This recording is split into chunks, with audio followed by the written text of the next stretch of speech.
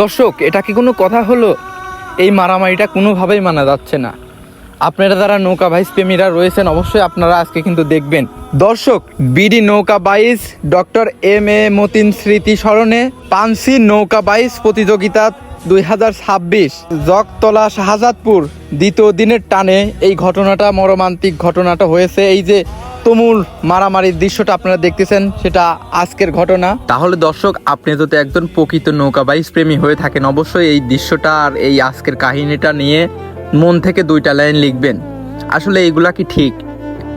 এখানে আপনার প্রতিযোগিতায় হার জিত থাকবেই এবং একজন আগে যাবে, একজন পিছে থাকবে, জয় পরাজয় থাকবেই। তো এটা আসলে কি নিয়ে হয়েছিল? আসলে এখানকার যে সিস্টেম দেখতেছে আলমদিনার এই যে মাঝি রয়েছে, মাঝিটা কিন্তু আপনারা একটু ভালো করে লক্ষ্য করেন, সে কিন্তু ইচ্ছা করলে বাইরে দিয়ে নিয়ে আসতে পারতো, এরকম সিচুয়েশনটা আসতো না।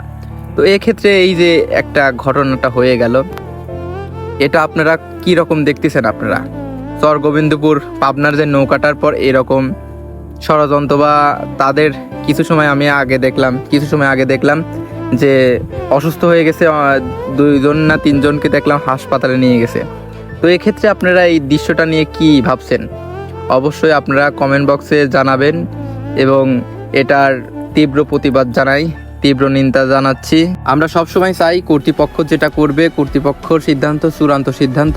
তো কর্তৃপক্ষ অবশ্যই যেটা ভালো হয় সেটা করবেন, আমরা সেটা আশাবাদী। তো আপনারা এইগুলা একটু এড়িয়ে চলবেন, ঠিক আছে?